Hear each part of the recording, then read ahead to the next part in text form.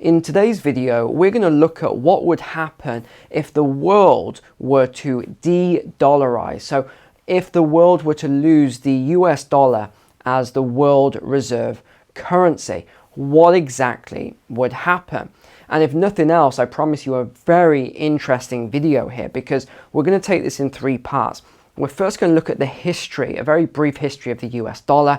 We're then going to look at the current trend of de-dollarization, which is going on at the moment, largely driven by the BRICS nations, your Brazil, Russia, India, China, South Africa, plus the other nations which are coming together with BRICS. And then finally, we're going to look at what the impact of that would be on a global scale, but very specifically on the USA. If you were a US citizen, how would that affect you? What exactly would happen? And spoiler alert, it's not good at all, but we'll get to that later in the video. So let's start with a brief history then. I'm not going to dump everything I know about the US dollar on you, or we'd be here for hours, but the first US dollars that we call US dollars today came around around about 1914. Now, there's even a backstory to this. What was 1914? It was World War I. It's when there was a lot of instability around Europe in general, but there was a lot of instability with currencies around the world. There's a lot of fantastic books that you can read on this about these breakdowns in currencies and what happened as a result of that. And then we know about Weimar Republic, hyperinflation, we know about the Great Depression. It was a very chaotic era around that time. But if we look at, say, the Bretton Woods Agreement, which was 1944, which came out of the conference. This is where we sort of had 44 allied nations come together, because as a result of World War II, everything was just in absolute chaos. A lot of countries that had gold reserves at the time had actually sent all of those gold reserves over to the United States to pay for goods and services and weapons and war-based materials, but also a lot of food and other things that countries needed to continue running. So as a result of so many countries losing their gold reserves and having what we might call a fiat currency today, and was very weakened, and that they knew if they printed too much, they could go into a hyperinflationary period, just like we saw in Germany decades before. And that was really when you had the Rentenmark, which I actually have here framed, an original Rentenmark, at the same time as your Deutschmark. So there was a lot of crazy things going on during this period. And even Britain, which hung on to its gold standard during the sort of World War I era and thereafter, it was around about 1931 that Britain had to abandon the gold standard as well. Now, that's really key, and I want you to pay very careful attention to what happened, because this gives us a good indication as well, and what we can link to the end of the video. What happened when Britain lost the reserve currency, as it were, or more specifically, when it actually left the gold standard in 1931? Because here's what you need to understand. A country doesn't just lose the reserve status like that within 24 hours and it's gone and the country just gets decimated. It doesn't actually work in that way. What tends to happen is that it takes decades of a decline thereafter, but you do see the decline. But what actually happened in 1931 when Britain went off the gold standard was very key. So if you hold a lot of T-bills, US Treasury bills, or a lot of countries that hold a lot of Treasury bills, well, here's a good lesson for you. A lot of those bills that were held, or those bonds, should we call them, outside of Britain, other people, governments, institutions holding them, they took a huge, huge hit. Not to mention a lot of bank accounts which either traded in British pounds or held British pounds as their sort of backup. You know how some companies and some people will hold multiple currencies just in case. Maybe that's you. You don't want to just hold euros or British pounds or dollars. You might want to have a basket of currencies in a bank account that allows you to have multiple currencies as a hedge against weakenings that we're seeing at the moment. A lot of companies do this as well, that have to trade in and out of different currencies. Now, bringing this back to the US dollar then, so Bretton Woods 1944, what was agreed at that conference between the 44 allied nations was that the USA, United States of America, was really the only country left that could hold the status of the new reserve currency. Why? Very simply because they held all the gold. The US had just accumulated all this gold and had become very wealthy as a result. So they were the obvious choice. So what all these other countries decided was they would peg their currency to the US dollar. And the US dollar was therefore pegged to gold. So it wasn't a fiat currency in the way we know a fiat currency today. It was a gold-backed currency. So you had the gold, which is the value, that is the real money because it meets all the values of money. You then had the representation of the money, which was the US dollars, and of course the T-bills and everything else and the bonds.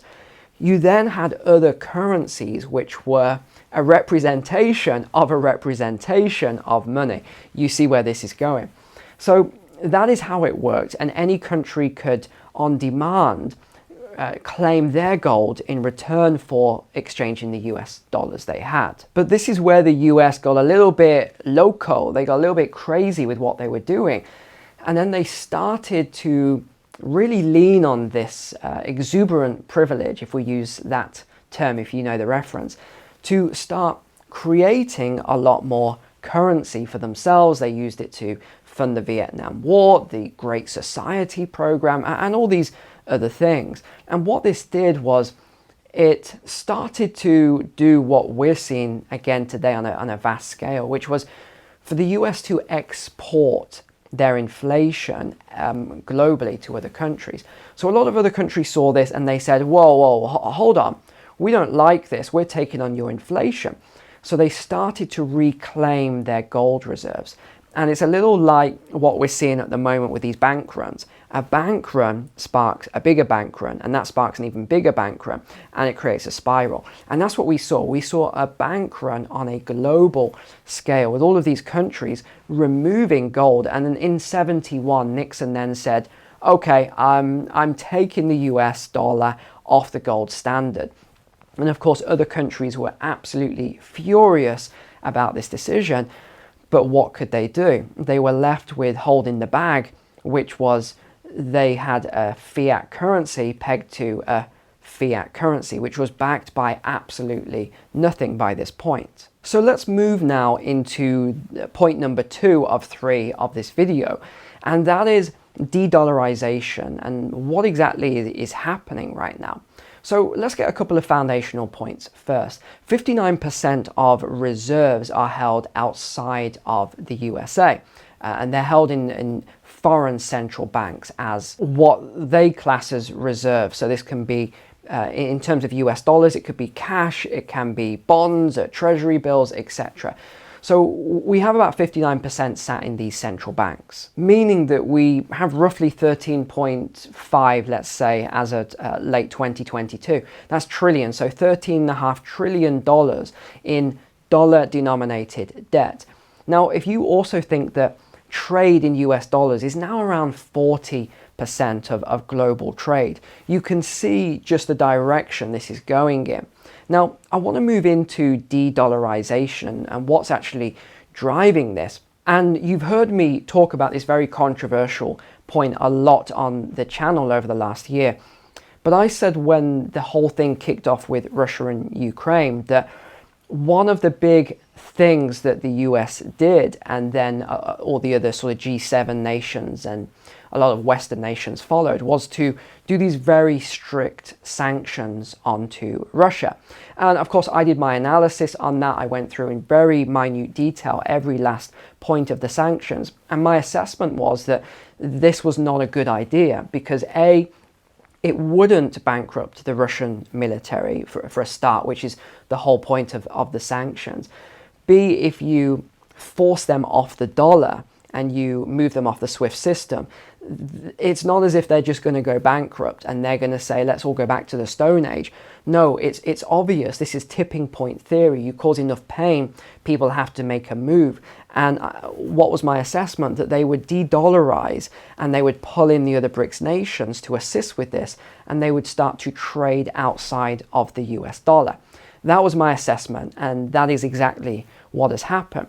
So what we had was this de-dollarization phase that was going through, and all that's happened is now you've accelerated it on a huge, huge scale, because what we are now seeing is trade taking place, and all of that energy, by the way, from Russia, it's being sold anyway. It's just not being sold into the West anymore. Are they achieving the same prices? No, they're not. But they're still selling this energy, the oil and the natural gas and etc. And that's going to countries like India, another BRICS nation. It's going to China. It's going to other South American nations. So the energy is still going out there, just at a pace that's more beneficial to the growth of those nations. So this also explains how the BRICS nations are growing at such a rapid rate. And even a recent survey has come out to say that they're about to overtake very shortly the G7 economies in terms of economic growth. So we're seeing this huge movement now from the West, and it's pivoting into the East, only accelerating the de-dollarization. The other mistake that I feel was made with the whole sanction process was that you have all of these other countries around the world, powerful countries that saw what happened in that situation, saw that there was no international court of law that authorized those sanctions. And as a result of that, these other countries saw it and say, whoa, whoa, whoa, whoa, hold on. If that can happen to a country as big and powerful as Russia, then what could happen to a smaller nation like us?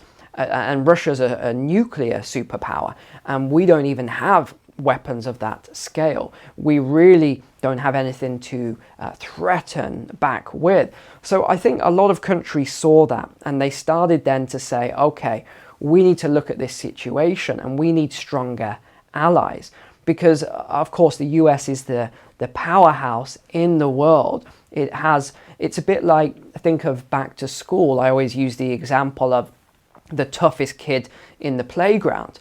And it doesn't matter who you are, you always had that tough kid. You could probably remember them now in the playground. And hopefully that kid for you was a good kid. But in my school, that was a bad kid. And he would bully all the other kids. But just imagine if one day that all of the other kids got together and said, hold on, I'm not so sure about this. Maybe if we just got together one day, that we might be able to do something about this kid. And although that pretty much never happens unless you're watching some sort of a movie, in theory, that is what we are now seeing on a global scale. We're seeing a lot of countries saying, hold on, the US has had this privilege for a long time, this dominance, and now we want a little bit of that because we're worried that something might happen to us. We're worried that we might be producing all of this GDP and economic output and sending our resources, which is basically the model of the world. Other countries send their labor and material and resources for the US, and the US sends dollars back in return. So these countries were probably thinking to themselves, well, I'm sending all my labor, I'm sending all my materials, and I'm getting these treasury notes in return in a lot of cases. But what if my treasury notes are weaponized against me or confiscated? We've done all of this work for absolutely nothing. And I think that is what we're seeing. The writing is on the wall with that scenario. So that is one part of it. Now, how do you de-dollarize without doing it from a military point of view? Well, firstly, you need to have a base material. You need to have a base value. What is that base value, that real money that we talked about previously? That is gold. It's physical bars of gold, not an ETF or paper gold or all these other things that people ask me about all the time. No, it is physical gold. Now, you look at what Russia and China and some of the other BRICS nations, and not just BRICS but outside of BRICS, the BRICS allies, have been doing over this last year on a mass scale like you cannot believe. They've been accumulating gold, just these huge reserves of gold, versus the West, who hasn't really been accumulating any more gold during this period, which again I believe is a mistake. If you see who is deemed your competitor accumulating gold at a vast scale, and you know that gold has been money for thousands of years, you should really see the writing on the wall and accumulate gold for yourself. Because even in a worst case scenario where the BRICS country launch a gold-backed currency, which is my forecast for you, I think that's what's going to happen. I think it's going to be a digital currency as well, which will compound the effect of it. A digital currency backed by gold is about as good as it's going to get. And then you're sat on the other side of the fence with a fiat currency backed by absolutely nothing, but you're leaning on the weight of having the reserve currency, which I think is very foolish, actually, to be honest with you there.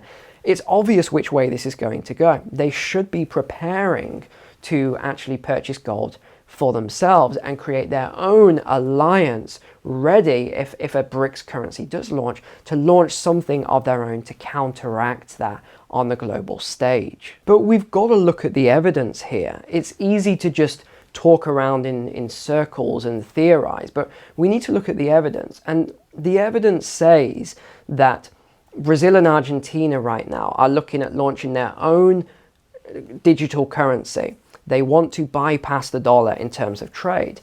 You have the BRICS nations wanting to bypass the dollar in terms of trade and trading within their own currencies. You have the UAE, the United Arab Emirates. You have Saudi Arabia also wanting to somewhat bypass the US dollar in trade. Already, just with those countries, not even naming the dozens of other countries that also want to do this, that is a powerhouse in and of itself right there. But I do think we need to caution against any sort of scare tactics to say that the US dollar is going to lose the reserve status, this week, this month, even this year, because again, look at the history, we look at the charts, and we know that it doesn't happen like this. It takes a long period of time. And actually, my belief is that even if the US loses the reserve currency status, I think what's most likely is that the US dollar will just remain one of a number of currencies, and it will always be a big player for the very near future anyway amongst these global currencies. The euro, I think, will be another powerful currency. But even on a world stage, the US dollar isn't the most powerful currency in the world, which is what I keep hearing economists talk about all the time. They say the value of the dollar is the strongest currency. It's actually not. If you look at the dinar, Kuwaiti dinar, the Jordan dinar, Bahrain dinar, the Omani rial, the British pound, the euro, the Swiss franc, these are all more powerful than the US dollar. So I just want to put that into context before we move into the third and final stage then, which is what would happen if the US lost the reserve currency status. And that is the stage that I'm going to give you.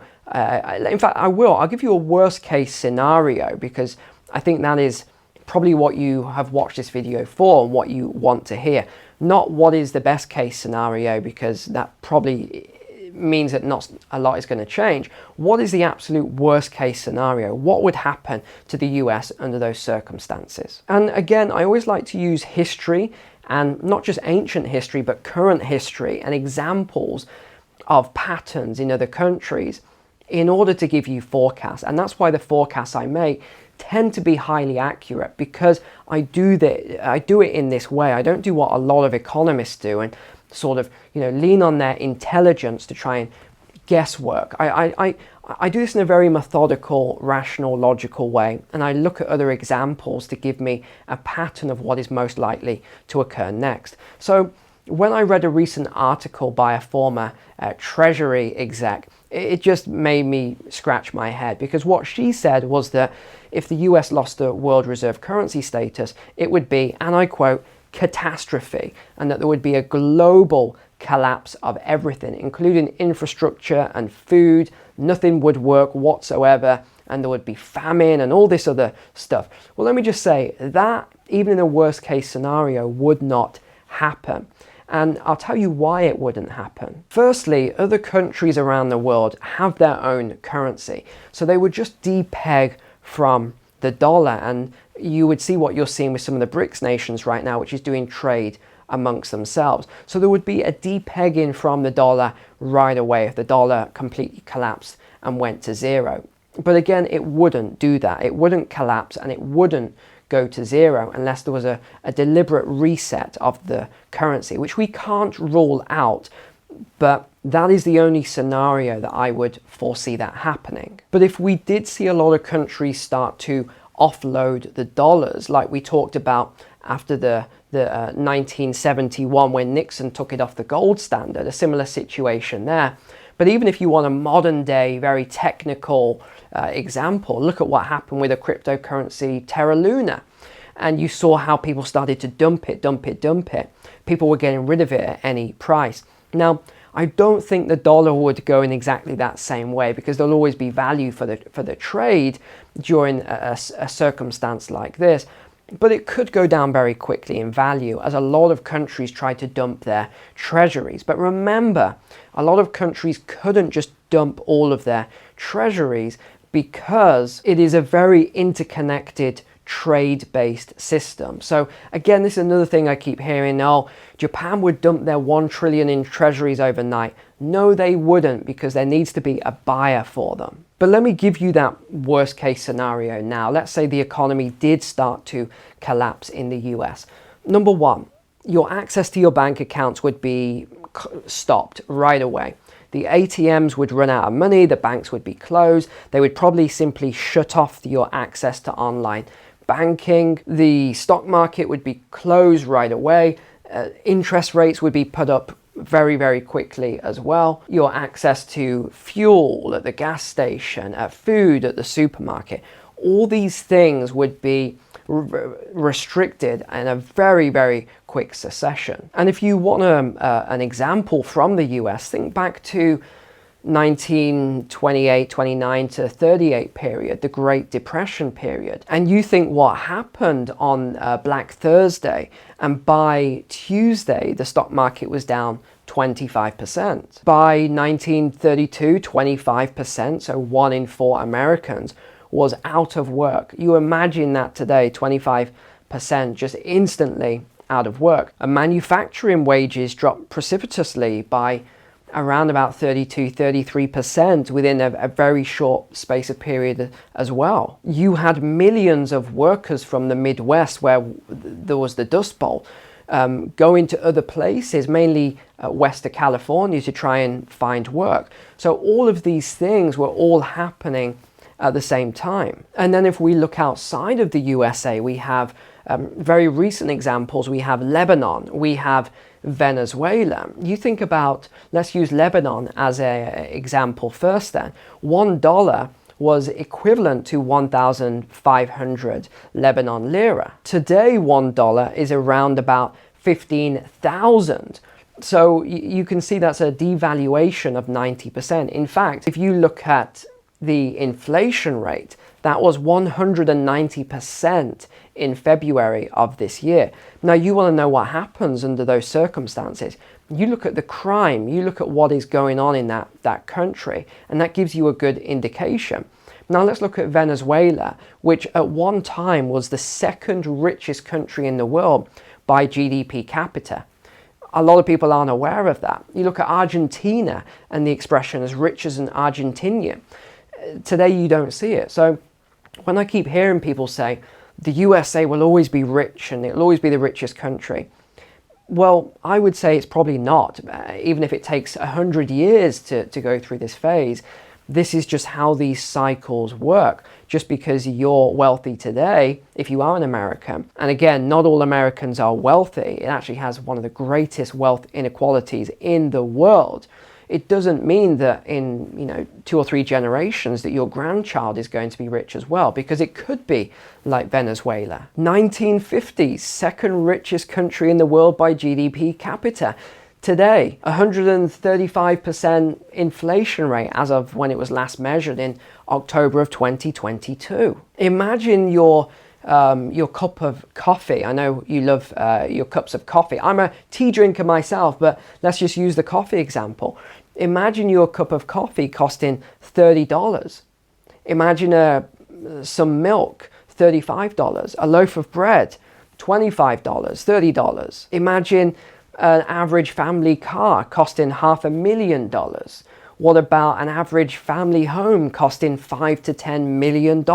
These are all the sort of things that could occur if the US dollar not only lost the reserve currency status and all those dollars that live outside of the USA flooded home, but you'd have to see a massive devaluation like Lebanon, and Venezuela. But it's possible. Imagine if you did see a catastrophic collapse like the former Treasury Secretary forecast would happen, which again, I don't actually agree with that, but let's just use it as an example. This is pretty much what we would see if the US dollar lost its reserve status, followed by an economic collapse within the country. So I've been really wanting to make this video for a long time, but because the news has been so crazy lately, I've had to keep up with all of that. But as we've had a lull in news recently, I really just wanted to put my ideas, well, down, but more in my head, and just build this story out in my head so I could get this all across to you, because I do get this question all the time, on a weekly basis, if not more frequently. What would happen if the USA actually lost that reserve currency status? And is it likely? And I think the answer to the question is yes, eventually the US will lose the reserve currency status. And we're already seeing de-globalization right now on a very, very fast pace. And if you want to know more about finance and economics and actually understand a lot more around this realm, you are more than welcome to check out my finance course or my private community, which the link is below in the description. But apart from that, thank you for watching today, and I will see you all tomorrow for the weekly walk and talk. Take care. God bless.